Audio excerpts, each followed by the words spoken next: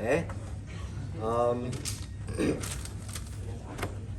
So this week's Parsha is Parsha by Yetzeh. And in Parsha by Yetzeh, Yaakov is doing something incredible. And that's, he's taking care of himself.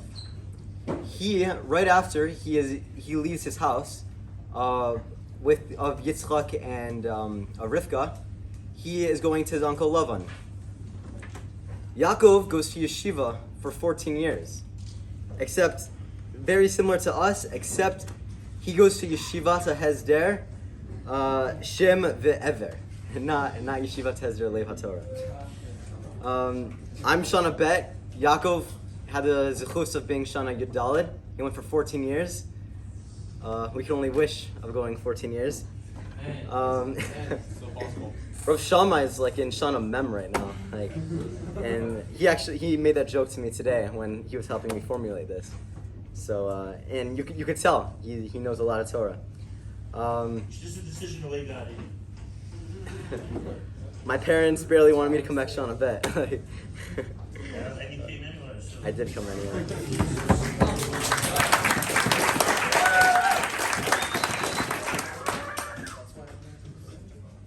Yeshiva doesn't really make a lot of sense for Yaakov.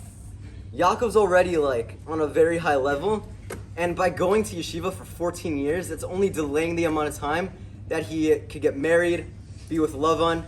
It's delaying his timeline, and I mean we get that a lot as guys in yeshiva, it's a waste of a year. No, it's not a waste of a year. And if a guy like Yaakov is doing it for 14 years, then that's like a waste of a year times 14, and Yaakov's doing it. So that automatically means it's not a waste of a year. So that's 14 positive years.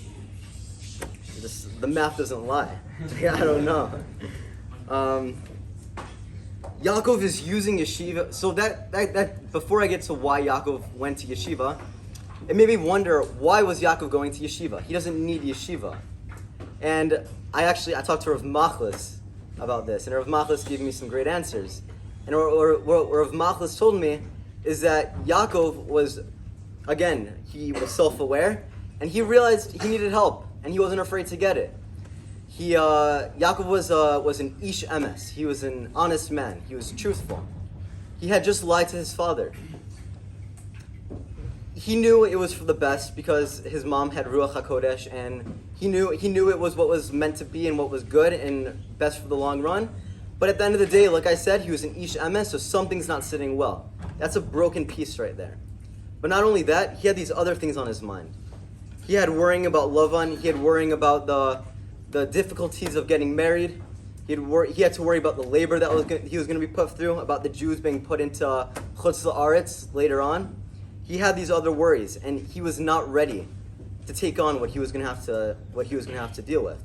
So he made the smart decision to take 14 years. Similarly, we're taking 1 year to really take our pieces and put them together. Yaakov had 14 years. Most of us only have one. Some of us are lucky enough to have 2 more years.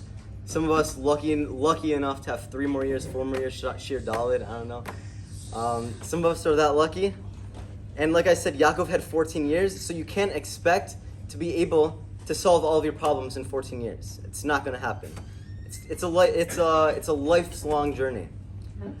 I remember Shana Aleph, there was a specific time period where I was I was on a Torah high all the time. I was like Moshe Amar, 24/7. He's not there, but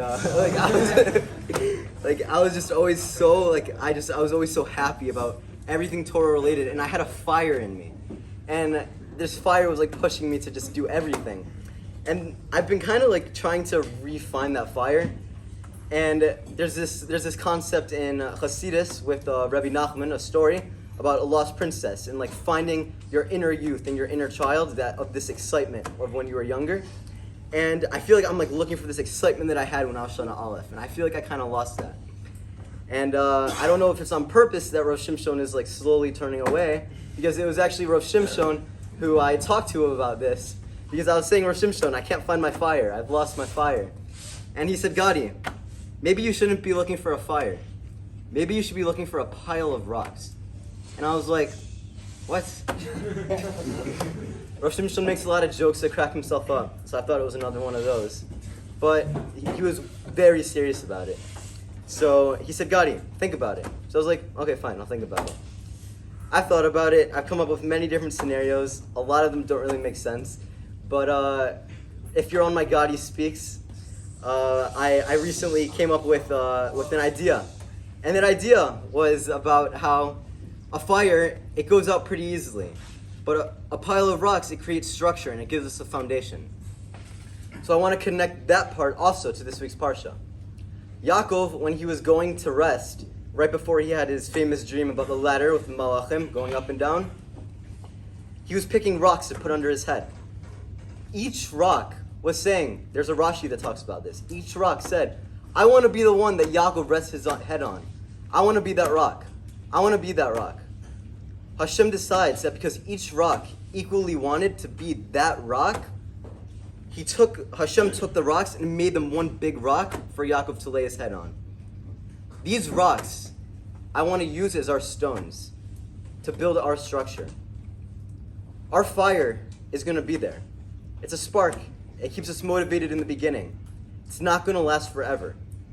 These rocks are our flaws, our talents, our skills, our abilities, what we're confident in ourselves in, what we struggle with. They are all different parts of us. Every single rock represents every single piece of us, and every single one is needed. And we need to take each rock in order to build a bigger rock to create a foundation that we can rely on. Because like I said, our fire will go out. Fires don't last forever. But when our structure falls, when a brick comes out, our foundation will still be there. Because we need to pick up these rocks and make that one big rock that we could rely on to always be there, that we could rebuild when we need to. And like I said, it's not gonna be pretty. You're not gonna be able to do all this in Shana Aleph, Shana Bet, Shana Gimel, Shana Daled. I know, Zach, you really want to come back for like Shana Chaf already, but we're not gonna be able to accomplish all this right now. But once you have this structure, this pile of rocks, it's so easy to rebuild. You're gonna have to rebuild, but it'll be easier. And just keep doing great things and keep smiling. So, good job.